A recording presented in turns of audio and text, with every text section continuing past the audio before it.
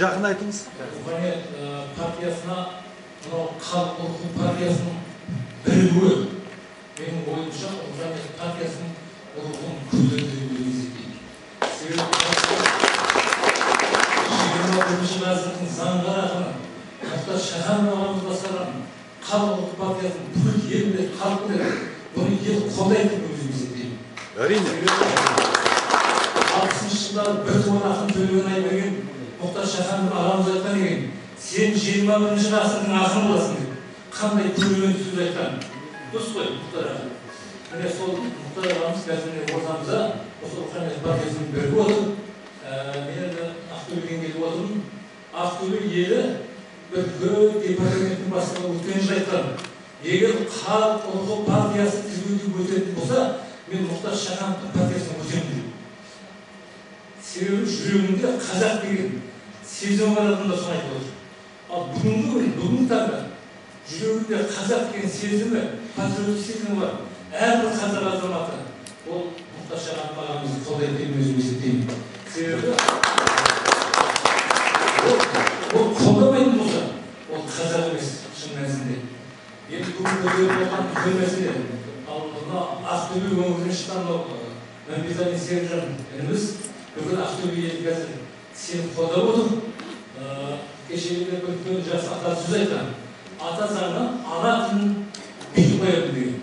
Осы жөнінде мені шақырып, Лида деген телевидение сұхбат алған. Мен таң атпай соны сұхбат бергенмін.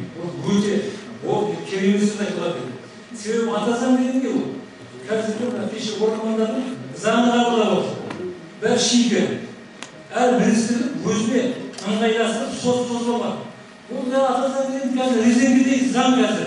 Бір қатып қалған заң емес. Ал ана тіл деген ол бүкіл бабамыздан қалған тіл.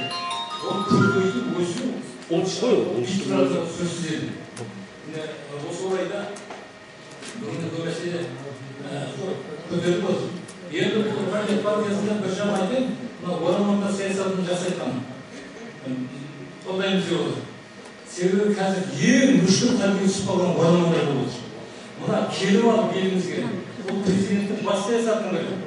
5-6 айға дейін есеп бітірген алмайды, Мұхтар Серікжан. 5-6 айға дейін енді кеше заңның енді жеңілдігі қазіргі. Жеңілдік болған, ең мүшкіл халге түсіргені. Сол есеп бітірген адам азаматқа тапсыру үшін сол келген елдің Өзбекстаннан мысалы келген барып президенттен азаматқа шыққан көреді. Бұл не деген басқаша? Сол жылы Ақтөбеден, Атыраудан, Маңғыстаудан келіп, 1900 келіп азаматқа мені шығардық, көшіріп тасосыға келіп жатыр қазір. Шығып жатыр. Ал бұл не деген нәрсе бұл? Бұл заңға өзгеріс енгізу керек.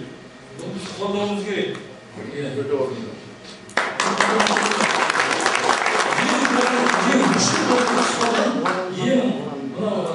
Қараусыздан орнында болды. Миграциялық полицияға бұның көші-қондар тартып жіберді. Енді бұның есіктен кетіп жағдайын айтып, енді маңдайын сипайтын көші-қон комитеті жоқ. Күн тесікке қарап қалды. Олар қабылдамайды.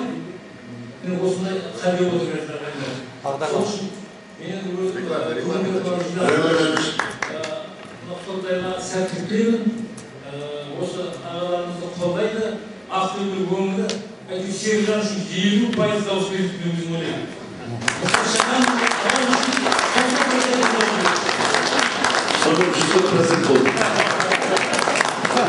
Еділ Ермекбаев, Жұмағали Бергебаев, Ринат Садыров. Хабар, Астана. Аға, кеше міне 7-сі күні болады деді съезд, аға? Иә. Неге кеше аяқ астынан өткізіп жіберді? Енді солай шешім қабылдадық деді. Біз енді конференция болады деп жатыр еді. Біз кеше келген бойымыз ештеңе білмейміз. Сонда не болды съезде? Съезд сол мәселе қарады, партияның несін қайтадан председатель қайтадан сайлау. Осы мәселені қарады. Сөз Жағанованы.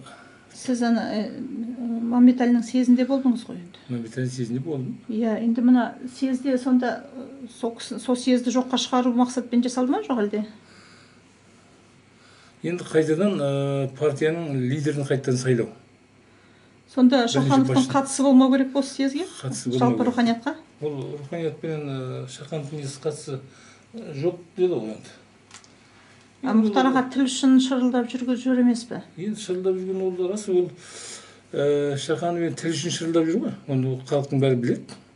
Енді руханиятқа сонда ол да тіл, дін, рух деп жүрген руханиятқа лайықты емес па Мұхтар аға? Жоқ, онда лайықты емес деп ешкім айтпайды ғой.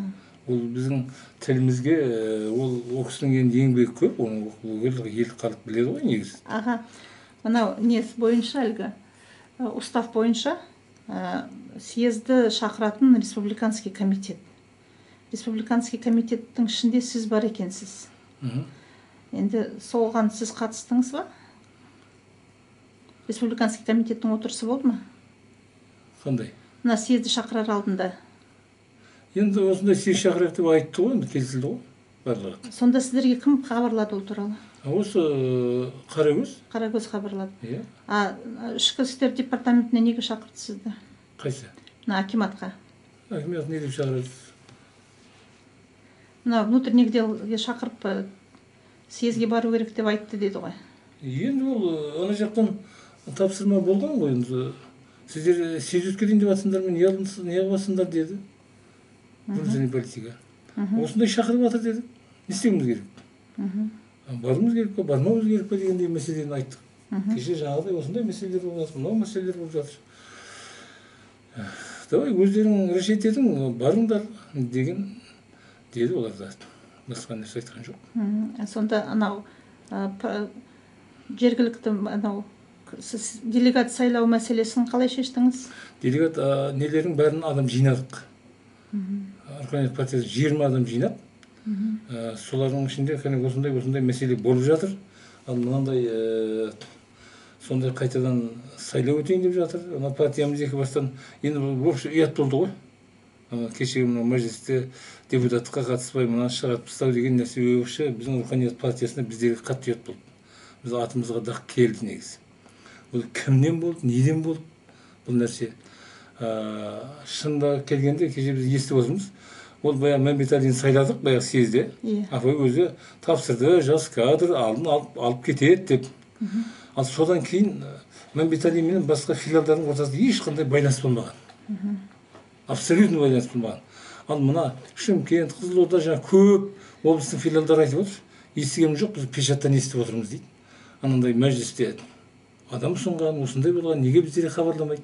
Біз осы уақытқа ешқандай қатысымыз болған жоқ. Біз танымаймыз да керек болса Мәмбеталин деген сөздер көп болды кеше. Әңгімелер. Шын мәнісінде, шын несін айтқан кезде, ол Мәмбеталин бұл партия жөнінде ешқандай баса отырып жұмыс істеген жоқ. Жоқ, енді мынау мысалы Мұхтар аға руханиятқа жайма-жай келген жоқ қой. Енді Мұхтар аға кеше ғой келген. Кеше съезде көрдік қой. Басқа уақытта келген жоқ қой. Кеше мәжіліске депутаттыққа ұсынылған кезде барып Мұхтар ағаны сұрақтар берді. Сіз интернетпен жұмыс істей аласыз ба? Интернетпен мына руханият деп шулап жүрген естідіңіз ба? 2 жыл бойы Мәмбеталин жұмыс істеп жатқанда? Жоқ, енді арасында қарап тұрмын, интернетте отырмай. Енді жалпы газеттерде жазады, көп жазды ғой енді Мәмбеталин туралы. Ал енді қалай деп ойлайсыз? Мынау 27 депутатты алып тастаудың ішінде Мұхтар аға да бар, бұл қиянат емес пе? Енді Мұхтар аға қазақтың мұхтары ғой. Ол әр ғасырдың бір ақыны батыр болады. Мысалы бір кезде Махамбет батыр, ақын Махамбет батыр болды. Ол да тікелей болды, қанға шықты. Қан емесін, қасқасын деп. Сосын оның басын алып тастады. Алып тастады ғой. Бассыз қалды ғой. Біз осы Мұхтар ағаны біз енді ақын ретінде, батырлық ретінде, баяғы желтоқсан оқиғасында, одан кейін анау бүкіл қазақстандық деген паспорт берейін деп жатқанда, содан алып қалып жатқан кезде, ол Мұхтар ағаны біз жақсы білеміз, ол халық біледі, оның ерлігі, батырлығы, ол үлкен батырлық қой. Енді бұл тіке шауа бермей, бізге Мұхтар ағаның басы керек. Мен айтатын да, Мұхтар ағаның өзіне керек болмаса да, бүкіл қазаққа Мұхтардың басы керек. Осы заманда басын алып тастауы мүмкін емес қой енді қазір. ақпаратты тұғыры Просто мүмкін нені емес. айтып жатырғаным ғой. Иә. Жаңағы Махамбетпен салыстырып айтып жатқанда әңгімелер ғой. Сондай заман. Сонда сіз ойлайсыз, осындай Жоғанова қиянат жасаса, ағаның басын алып қалды ма сонда? Жоқ, ол онда тұрған әңгіме жоқ. Мен ол Жоғанова пәлен қылды, Мұхтар ағаның басын алып қалды деген әңгіме емес ол. Ол басқа зат.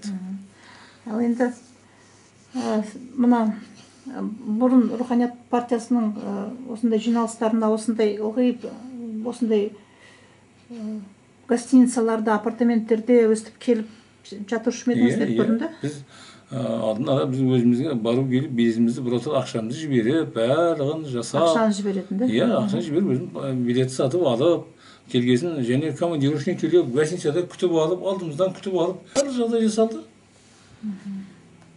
Талай съезге келдік біз. Талай нәрсе болды. Бұрында съезге келген кезде сіз жергілікті конференцияны жасадыңыз ғой бұрында? Бұрында жасадым. Ал енді сіз мынау Серікжан Мәмбетәліні шақырған кезде сонда жергілікті конференцияны жасабай өзіңіз келе салдыңыз ба? Өзім келдім. Бірақ конференция жасауды сіз өзіңіз жасау керек деп ойламадыңыз ба? Жоқ әлде бұрыннан айтты ғой, ал Шәріп звондады, осындай съезд үйіне барды, срочно жетіп келіңіз деді. Ал енді мынандай мына 6-шы съезге де жедел жетіп келдіңіз ғой. Сонда 20 адамды жинауға көмек етті ма сонда ішкі істер департаменті? Бір күннің ішінде. Иә. Ал енді осыған келген кезде сіз 20 адамды жинап конференция өткізіп келдіңіз. А Серікжанның шақырған съезге келген кезде сол 20 адам жиналмады ма? Конференция өткізіп кел деген жоқ қой ол кезде. Енді оны просто өзің кел деді, ереже бойынша. Онда да жетіп келсең деді. Тек қаражат тауып келсең, біз қаражатын төлейміз. Кел деді. Қаражатын төледі ма? Қаражатты Шамарат төледі. Шамарат төледі. Оны төлеген жоқ. Солай екен. Енді Мәмбетәлі жас жігіт. Ол барлық филиалдармен байланыс жасау керек еді. Мысалы, мен оған талай рет шықтым. Ал мынандай 1 майға шығайық деп жатырмын. Мынандай нелерге демонстрацияға қатынасың деп жатыр, мынау біздің әкімдерден пәлен адам алып шығың деп жатыр. Біз қандай формамен шығамыз? Бір руханият деген бір жазуды көрсетіп бір шығайықшы кім Серікжан. Осыған қандай форма жібересің бір? Ең болмаса бір футболка адамдарға кигізіп, басына бір фуражка бірдеңе кигізіп істейік десем, ол күледі. Мына кім Алтыншаш осы съезді тапсырған кезде бірден мөрді бермей Серікжаннан ақшаны талап етіп біраз 50-500 мың евро алды дейді. Біз оны білмей хабарымыз жоқ. Сол евроның осы жерге жұмсап жатқан жоқ па? Естігем жоқ. Ондай нәрсені айтпаңыз ондай. Енді неге онда мөрді берме дейді, мөр менде деп неғып қандай жағдай? Серікжан енді сұрамаған ғой, біз кеше айттық. Қалай сұрамаған? Сұрамаған кезде ол сұрамау мүмкін емес қой. Неше, қазір 2 жылға жақын уақыт болды. Неге ол құжаттарды ол алып алмайды? Алып алмаған кезде ол дегенің бермесе ол қалай алып алады? Қалай бермейді? Тапсырды ма? Ана тапсырды ма? Сонша партияның председательдігін тапсырған кезде ол қағазды тапсырмай ма? Соған басы ауыртпаған ғой. Пешатты алып алмай ма қолына? Енді оны сіз түсінесіз. Мен түсінемін, алып алмаймын. Жоқ, сіз түсінгенде Серікжан да түсінбейді деп ойлайсыз ба? Печатты алып алу керек екен. Мен түсінемін, білмеймін, ол мен алды, ол соның барлығы зат сонда деп отырмыз ғой. Біз оны кеше естіп отырмыз ол әңгіменің бәрі. Бірінші күннен Серікжан келгелі бері бірінші анау 2009 жылы қанша январьда ма? Декабрьде жолығып маған осылай партияға шақырды.